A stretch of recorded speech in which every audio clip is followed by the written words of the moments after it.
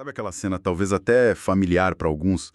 Uma criança pequena, assim, completamente parada, de cócoras, olhando umas formigas trabalhando sem parar, carregando aquelas folhas gigantes. Nossa, sim. Ou então deitada na grama, sabe? Só sentindo o solzinho no rosto, ouvindo o vento nas árvores. E isso. Ou apontando maravilhada para uma florzinha que nasceu numa fresta da calçada, teimosa. É com essa imagem, né, de pura presença, de conexão, que a gente começa a nossa conversa hoje. Uma imagem muito forte para começar. Bem-vindos à nossa análise aprofundada. Hoje a gente vai mergulhar num tema que, olha, toca fundo na infância e nessa relação com o mundo natural. A importância vital de ter um espaço, um espacinho, dedicado à natureza na vida dos pequenos.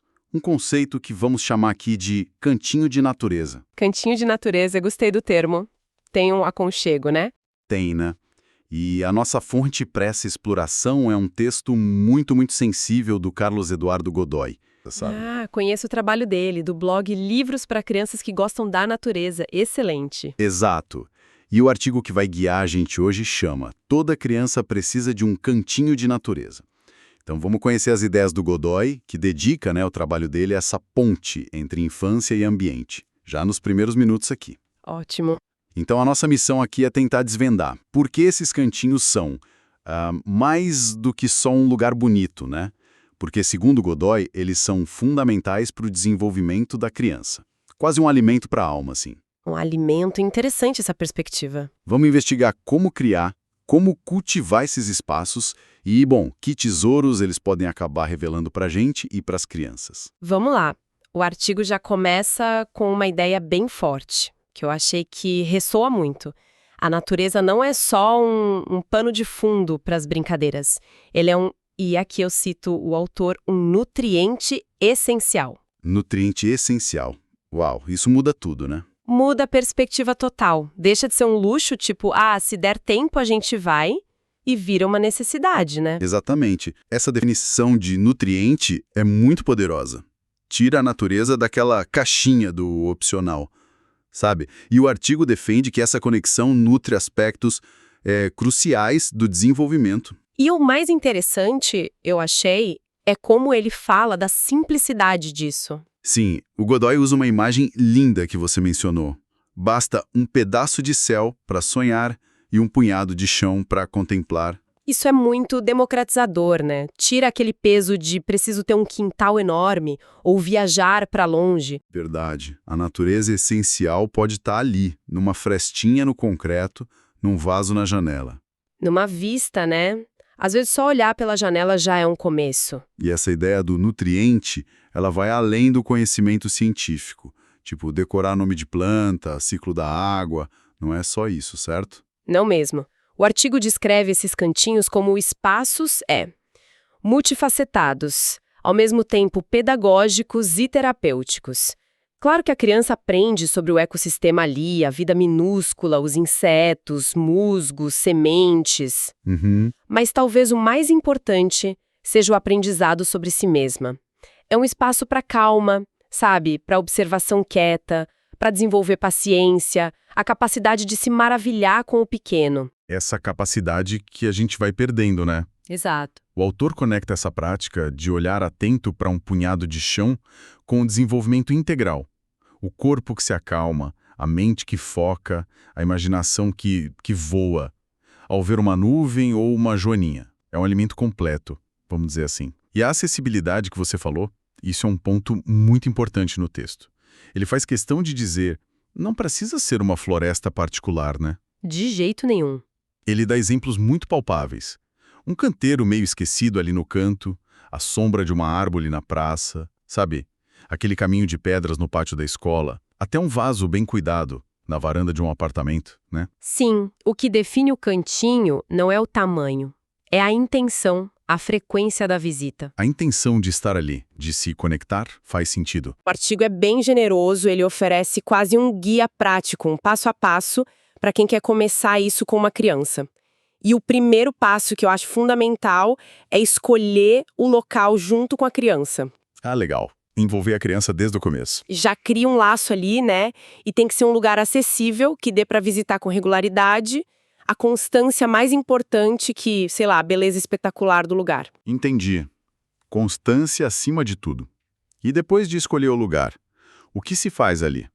O convite é surpreendentemente simples. Sentar juntos. Só isso. Sentar, observar em silêncio um pouco, respirar mais fundo, sabe? É um exercício de desacelerar, o que é quase radical hoje em dia. Totalmente. Aí, o artigo sugere guiar a criança a usar os sentidos. O que você está vendo agora?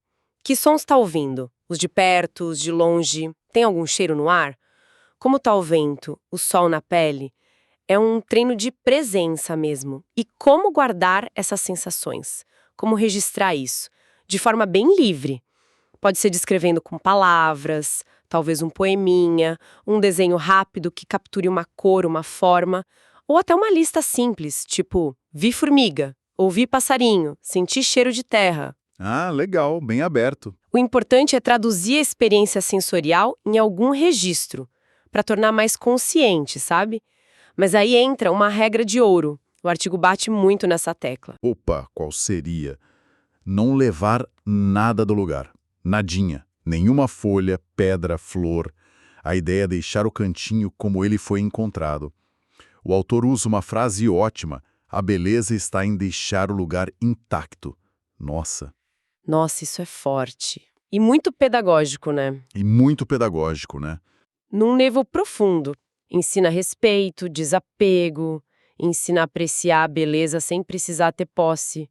Que a nossa relação com a natureza não precisa ser de extrair coisas dela. É um contraponto muito interessante aquela vontade, né, que a gente tem, e criança mais ainda, de querer colecionar, guardar tesouros da natureza. Exato. E falando em criar significado, o artigo traz outra sugestão que parece pequena, mas que eu achei super potente. Dá um nome para o lugar. Sim. Esse detalhe muda tudo. O autor até dá exemplos, né? Nosso cantinho da natureza ou uns mais específicos, tipo Refúgio da Flor Azul, Observatório das Formigas, Tronco da Calma. Que legal. Tronco da calma. Nomear, segundo a análise do artigo, é um ato que cria significado. Aquele pedacinho de chão deixa de ser um lugar qualquer e vira um nosso lugar, aquele lugar especial. E qual o impacto disso na relação da criança com aquele espaço? Como isso funciona? O artigo argumenta que nomear cria empatia e um senso de cuidado muito forte. Cria um vínculo de pertencimento, que é diferente de posse. Isso é importante. Pertencimento, não posse. Explica melhor essa diferença. A criança não se sente dona do lugar, tipo, isso é meu. Ela sente que pertence àquele lugar. E que o lugar, de alguma forma, também pertence a ela, mas numa relação de respeito mútuo, sabe? Ela passa a se importar com o que acontece ali, com o bem-estar daquele microambiente. Entendi. É uma semente de responsabilidade ecológica plantada de um jeito muito afetivo, né? Exatamente. Uma distinção sutil, mas crucial. E para nutrir essa relação de pertencimento, o artigo sugere mais do que visitas de vez em quando, né? Sim, a sugestão é de visitas regulares. Semanais, talvez, se der. E para aprofundar essa conexão e o registro das experiências, o autor introduz a ideia do caderno da natureza. Caderno da natureza. Adorei isso.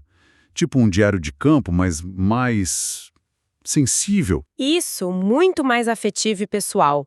Um lugar para guardar as descobertas, os sentimentos que o cantinho desperta. E o que exatamente a criança poderia registrar neste caderno? O que o artigo sugere? Olha, várias coisas, sempre com foco na observação atenta e na sensibilidade.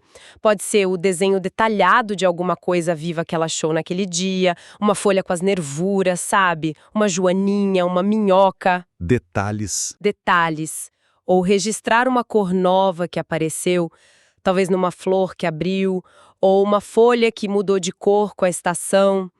Anotar uma mudança no ambiente, sei lá, uma poça que secou, o musgo que cresceu na pedra, um brotinho novo. As perguntas também, imagino. Aquela curiosidade que brota quando a gente para olhar de verdade. Com certeza, o caderno é o lugar perfeito para anotar as perguntas que surgem. Por que essa folha é assim? Onde será que o caracol dorme? Como a aranha faz a teia? Essas perguntas são ouro puro. São um motor da investigação científica, filosófica, que nasce ali da contemplação. Nosso caderno vira um repositório disso tudo, das perguntas, das investigações, das memórias sensoriais. Que rico! Muito rico. E isso reforça lindamente aquela regra de ouro, né? Levar apenas registros e lembranças. O caderno vira o jeito de levar o cantinho com você, sem precisar tirar nada de lá. Benefícios mais profundos dessa prática regular de visitar e registrar o cantinho. Benefícios que vão além do conhecimento ecológico em si. Sim, o texto usa umas imagens muito sensoriais para descrever o poder calmante disso. Fala do cheiro da terra molhada depois da chuva como um bálsamo, quase um reset para o sistema nervoso. É quase terapêutico, né? Ou a simples dança das folhas ao vento como um espetáculo que hipnotiza e acalma. São experiências que nós, adultos, muitas vezes nem percebemos mais na correria do dia a dia. E é justamente aí que está um dos grandes ensinamentos que o artigo destaca. Essas experiências sensoriais diretas, junto com a observação focada que o cantinho convida, ensinam algo cada vez mais raro.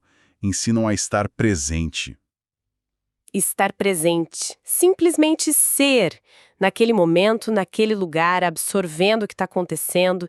E ensinam também a respeitar o tempo das coisas. Respeitar o tempo das coisas. Como assim, na prática? Olha, observar uma semente que demora para brotar.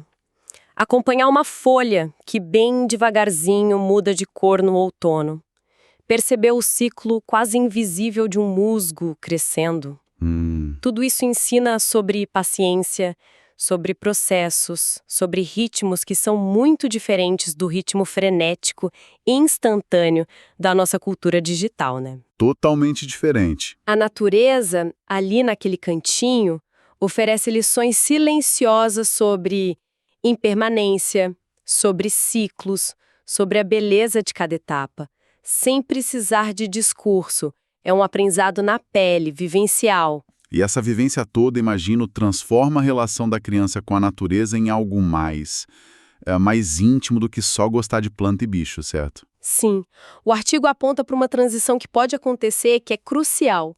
A criança deixa de ser só uma observadora externa e passa a se sentir parte da natureza.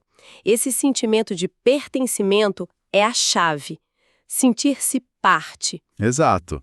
A visão que o Godoy apresenta, e ele até menciona a inspiração no Richard Louv, autor do Last Child in the Woods, né? Sim, do Vitamina N também. Isso. A visão é formar infâncias que sejam realmente enraizadas. Enraizadas no maravilhamento, sim, mas também no cuidado ativo. O foco muda daquela mentalidade de coletar, de extrair, pegar a concha mais bonita, a pena mais colorida, para uma postura de convivência respeitosa, recíproca com o mundo natural. Uma ética ambiental que não é ensinada com regra, mas cultivada pela experiência afetiva no cantinho. Exatamente isso, nasce de dentro para fora. Então, resumindo um pouco o que a gente explorou, a mensagem central do artigo do Carlos Eduardo Godoy parece ser sobre esse valor imenso, quase terapêutico e, ao mesmo tempo, surpreendentemente acessível desses cantinhos de natureza. Não é nada complicado, não exige rios de dinheiro. De jeito nenhum. A beleza da proposta está justamente aí, na simplicidade e na profundidade. E o chamado à ação que o artigo faz é muito direto.